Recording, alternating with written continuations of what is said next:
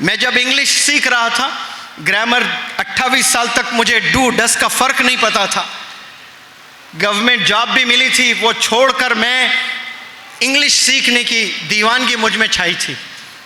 English मैंने 3 साल बहुत मेहनत की, और जब जब मैं सीख रहा था रुकावटें आती थी।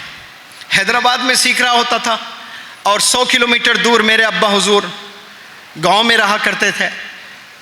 उनको अगर चींटी भी काट लेती ना तो मैं दौड़ते चला जाता था।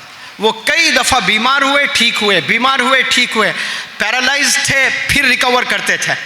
वो गरीबों की बहुत मदद किया करते थे। वो क्लिनिक चलाते थे। वहाँ के डॉक्टर्स बोलते थे कि हमारे पास में सारा इल्म है, लेकिन अल्लाह ने आपके हाथ में शिफा अता फरमाया। हालांकि वो फार्मासिस्ट है, कहाँ दूर दूर से उनके पास में आते थे। ऐसे हाथ के हड्डियां दिखते थे, 2 महीने में ड्रेसिंग करके ठीक करते थे।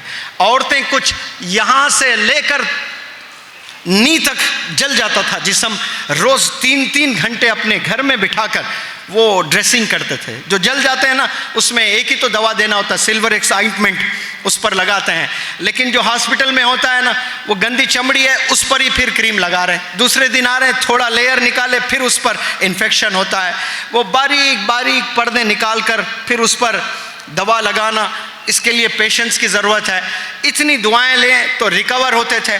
तो मैं बेसिक बैच ज्वाइन किया, और बेसिक जब मैं सीखता था ग्रामर, बीच में अब्बा हुजूर की तबीयत ख़राब होती तो मैं दौड़े चला जाता था। 1 हफ्ते मेरी पूरी क्लासेस चले गए, 1 या 2 टेंसेस चले जाते, मैं वापस आता और फिर क्लास कंटिन्यू करता। मेरे उस्ताद कहते ये बैच हो गई, आप अभी एडवांस में जाइए। तो मैं सर से कहता कि नहीं सर, मैंने अहद किया कि आपके बेसिक का एक भी क्लास में मिस नहीं करूँगा। जब तक कि मैं सारे सेशंस अटेंड नहीं कर लेता, मैं एडवांस में नहीं जाकर बैठूंगा। तो उस्ताद कहते कि भाई आप टॉपर हो इस बैच के, यहाँ जितने बच्चे बैठे हैं उनमें आज से बेहतर कोई नहीं है, आप एडवांस में आइए। मैं जिद करता कि नहीं सर, मैंने अहद किया, मैं फिर से करूँगा बेसिक। ऐसा मैंने बेसिक बैच 3-3 महीने के मैंने 3 बैचेस किए। फिर मैंने एडवांस बैच किया, उसमें अब्बा हुजूर की तबीयत ख़राब होती तो एडवांस मैंने 2 दफ़ा किया, फिर एडवांस प्लस किया। उस वक्त में मैं अल्लाह से शिकवे किया करता था कि या अल्लाह, मैं इतनी मेहनत करता हूँ, तू देखता नहीं मुझे, और कितना जज्बा है मुझ में।